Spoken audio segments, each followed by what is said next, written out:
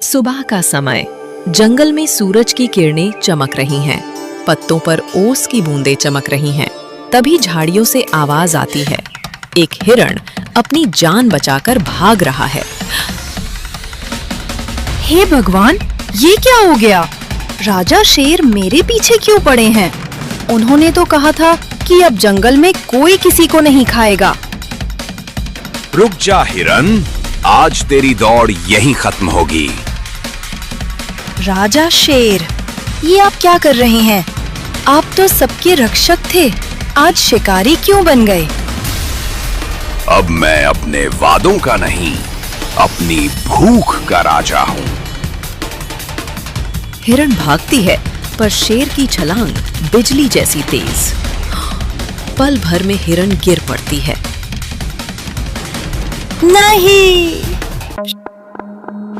पक्षी उड़ जाते हैं, बंदर पेड़ों पर छिप जाते हैं और हवा भी थम जाती है।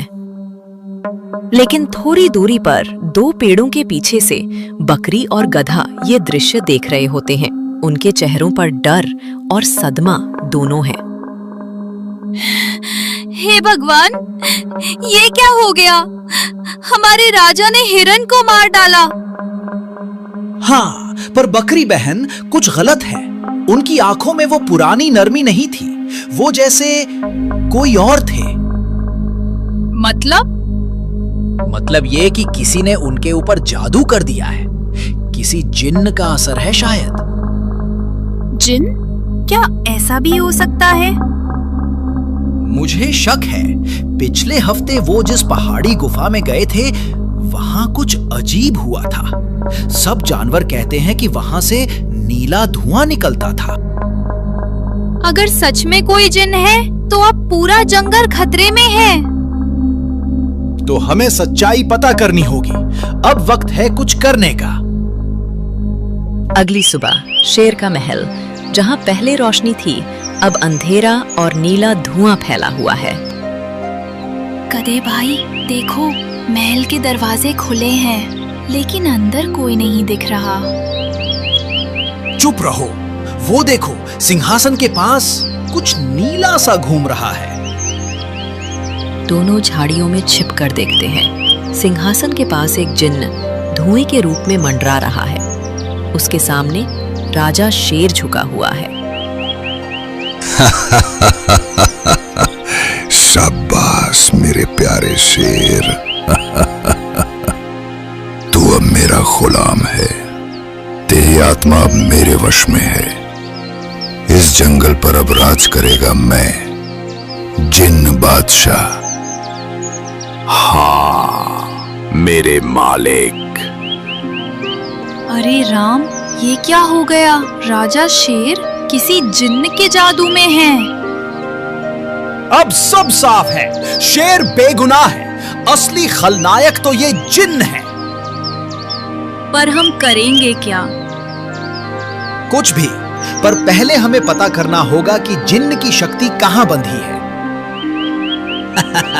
सुनो बकरी बहन, मैं बनूंगा शेर का दरबारी मस्खरा।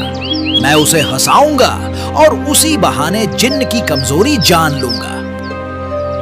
अरे क्या पागलपन है ये? अगर जिन्न ने तुम्हें पहचान लिया तो?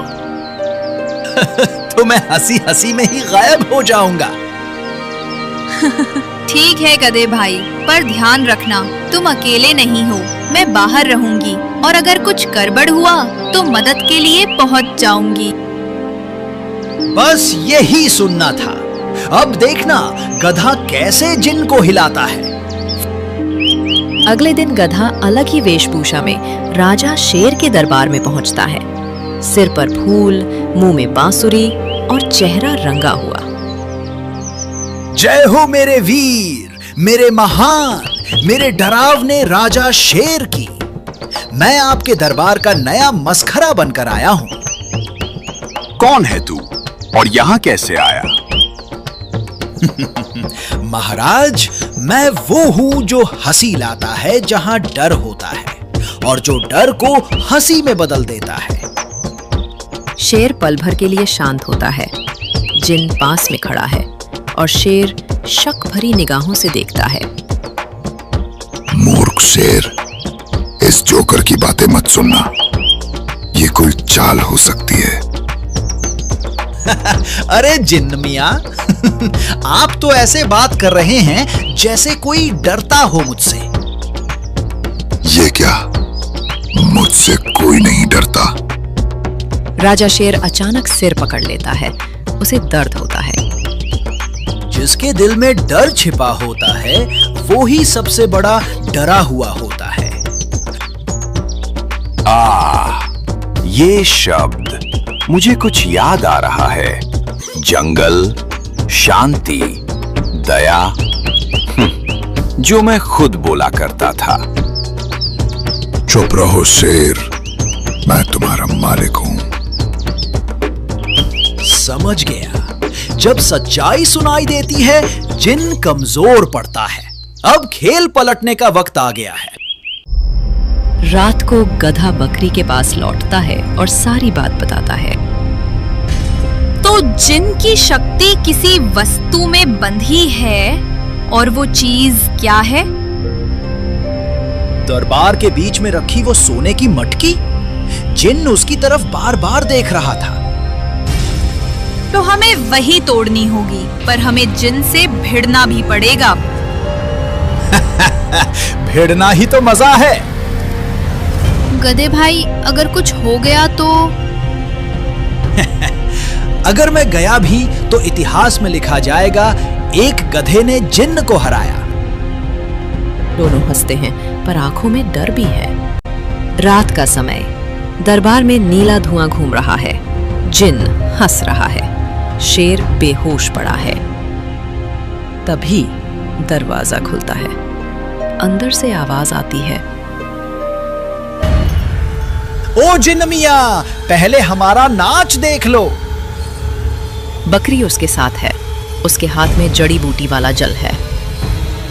तुम दोनों फिर आ गए। हाँ जिन, आज तेरा अंत निश्चित है। मूर्ख जानवर, मेरी शक्ति उस मटकी में है जिसे तुम छू भी नहीं सकते। तो वही तो देखने आए हैं कि वो मटकी तुझे कैसे रुलाती है। गधा बांसुरी बजाता है। बकरी धीरे धीरे मटकी के पास पहुंचती है। जिन का ध्यान भटक जाता है। तभी मौका देख के बकरी एक झटके में जड़ी बूटी वाला जल मटकी पर डाल देती है। नहीं, नहीं, ये क्या किया तुमने? मेरी शक्ति जल रही है। जा जिन, जहां से आया था वही लौट जा। ये जंगल अब तेरा नहीं। जिन दर्द से चिल्लाता है और गायब हो जाता है। मटकी टूटकर राख बन जाती है। शेर जमीन पर गिरता है और धीरे धीरे आंखें खोलता है। मैं कहां हूं? मुझे क्या हुआ था? राजा जी, आप जिन के जादू में बंध गए थे, लेकिन अब सब खत्म हो गया। ओह, मैंने क्या किया? मैंने अपने ही प्रजा पर हमला किया। अब मत सोचिए महाराज। अब जंगल को आपकी अच्छाई की जरूरत है, न कि आपके पछतावे की। हाँ, आज से मैं वादा करता हूं, इस जंगल में फिर कभी किसी को डरने की जरूरत नहीं होगी। कहानी की सीख। डर और बुराई चाहे कितनी भी ताकतवर क्यों ना हो, सच्चाई, दोस्ती और हिम्मत के आगे हमेशा हार जाती है।